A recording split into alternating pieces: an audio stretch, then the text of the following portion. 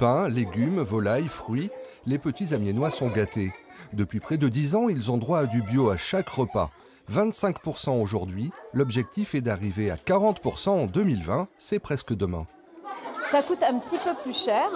Par contre, on a moins de rejets, moins de gaspillage et on peut de ce fait investir sur justement des produits un peu plus chers mais de meilleure qualité. Les enfants trouvent ça meilleur et on développe cette politique aussi d'éducation au goût.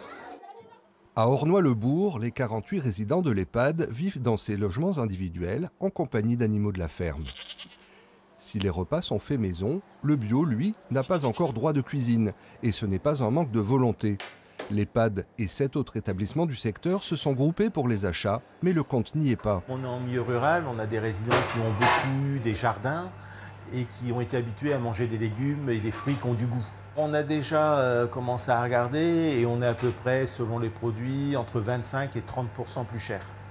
Sachant qu'une structure comme la nôtre, on a en coût denrées alimentaires journalières pour les 4 repas, environ 4,50 € par jour. Donc on ne peut pas se permettre d'avoir des produits qui nous coûtent beaucoup plus cher. Le prix n'est pas le seul frein. Les fournisseurs habituels ne connaissent pas forcément le marché du bio.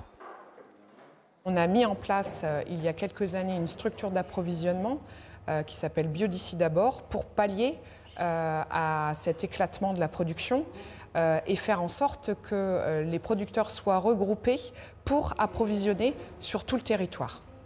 Donc on a aujourd'hui les produits pour approvisionner la restauration collective. En Picardie, seuls 2% de la surface agricole utile sont cultivés en bio, en progression constante, mais on part de tellement loin.